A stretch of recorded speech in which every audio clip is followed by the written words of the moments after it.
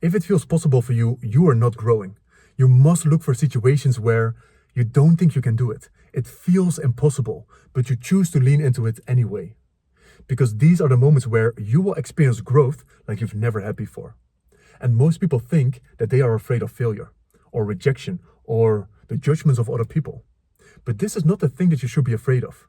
The thing that you must be afraid of is comfort, is staying the same.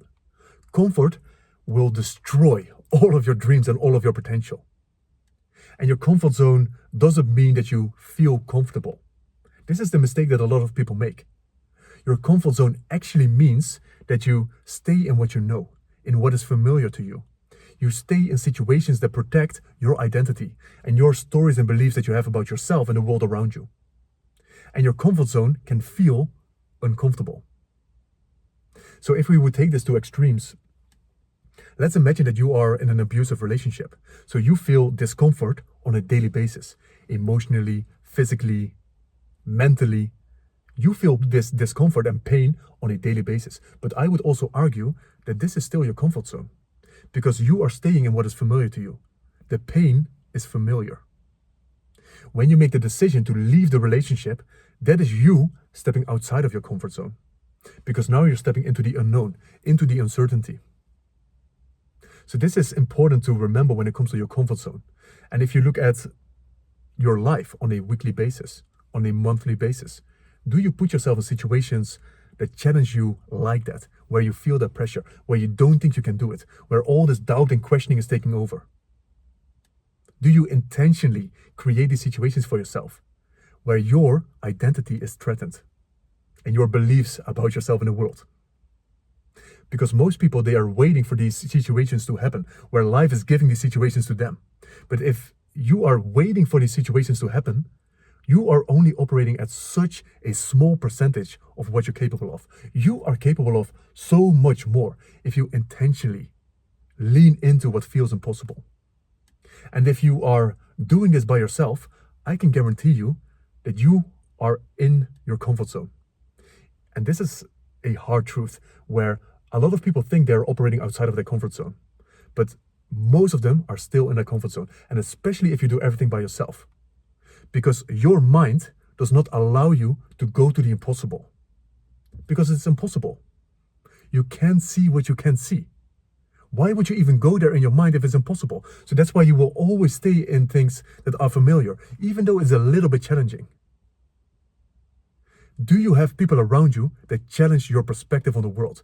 Do you operate consistently in environments that challenge your perspective on the world, that challenge who you are, that challenge all of your actions, all of your goals that you're pursuing? Because again, if you're not, you're only operating at a very small percentage of what you're capable of. There's so much more waiting for you when you start collaborating like that with people.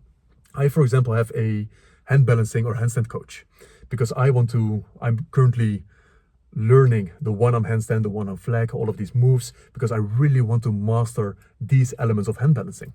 Every single time I have a session with him, I'm so frustrated because he's exposing all of my weaknesses. And every single time we completed the session and I go out into my workouts by myself, I don't think I can do it. My body just does not understand. And I start questioning, how long will this take? Will I ever learn these moves? And this is the type of questioning and the type of experience that you want to consistently have in everything that you're doing. Especially if I look at these daily YouTube videos. So this is a beautiful one. When I made the commitment to create daily YouTube videos, it felt very uncomfortable. I felt like, oh shit, like, am I really going to make this commitment? And when I made the commitment, I think I'm at video 7 or something right now, I'm already getting in a rhythm of creating these videos consistently. So is it uncomfortable? Yeah, because I have to think about it on a daily basis. Like, what am I going to create? Where am I going to get the time from to create these videos? But I would argue it's still in my comfort zone. So let's make this commitment impossible. I start playing with the idea of, what if I would create thumbnails for all the videos? For 7 videos a week, I would create not these clickbaity thumbnails, but thumbnails that I think are beautiful, like aesthetically pleasing, maybe cinematic, they look like film posters, so something like that. Now, I start feeling into the impossible. I don't even know how to do it in the first place, and to do it for 7 videos a week, like what would that even look like? Where do I create the time from? Now I'm leaning slowly into the impossible. So let's turn it up a notch, even more. What if I would create cinematic B-roll for every single video?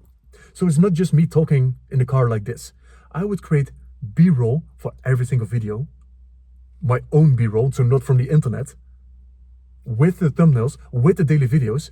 Now I feel like I can't do this. This is impossible. This would be a daily job if I would do something like that. Now I'm operating in the impossible. Now I start questioning things. I can't see a way on how to make that happen. And then when you connect to the impossible, so let's imagine it's possible. What would that look like?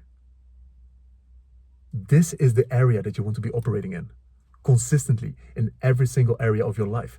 So now I start leaning into creating thumbnails for every single video. I don't even know how. I don't know where to start. I don't know how to integrate this in my whole routine on a daily basis. Let's figure it out. Then I will be adding the B-roll. Maybe I need to hire people. So now I need to get creative with things. Like, how do I make this happen by myself? Why do I need to make it happen by myself? Why don't I hire people to do it for me? So you can see how leaning into the impossible forces you to become someone different. It forces you to think differently about the world. Because what you know won't work with the goal that you set for yourself and the situation that you put yourself in. This is how you do it. It doesn't mean that you have to jump from 0 to 1,000 immediately. Like, that would be, for me, too overwhelming right now, and I won't be able to follow through on my commitments. But I would also argue, if you are not missing your target consistently, you don't have bold goals. You're playing way too small. Your goals are way too small. You must miss your target consistently. Because that's how you know that you're operating at your edge of what you're capable of.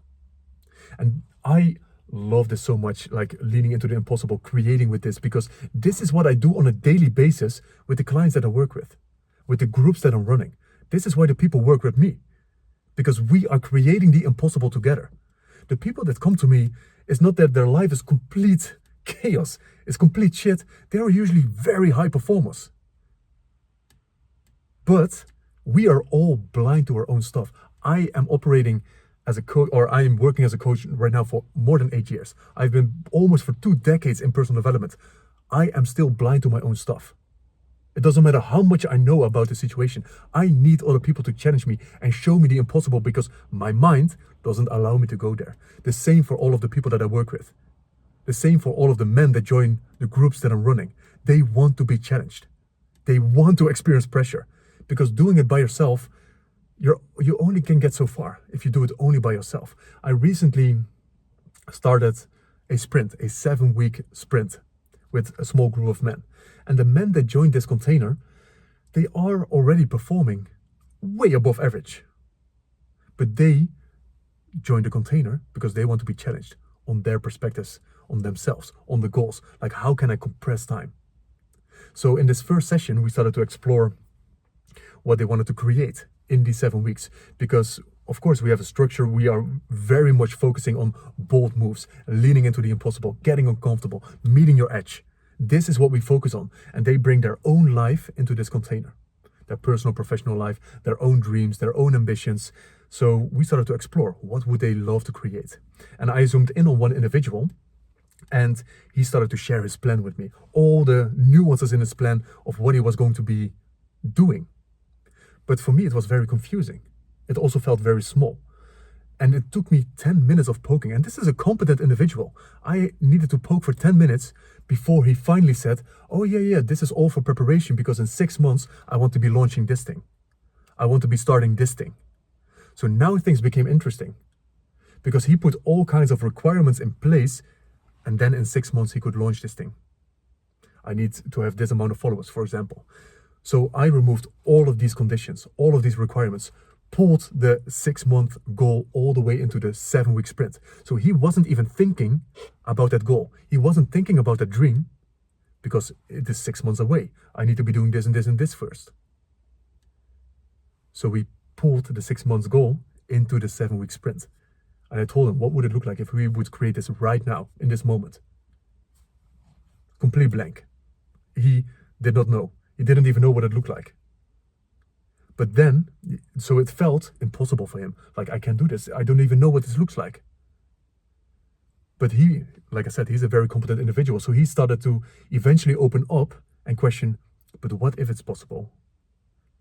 And that's the transition that happens. You first need to connect to the impossible. You need to feel that resistance, and then you need to ask yourself, what if it's possible? What would that look like? What would I need to do? Who would I need to become to make it possible? And that's when you start playing with the impossible. And that's when you start to experience growth, like I said, in ways that you've never, ever experienced before.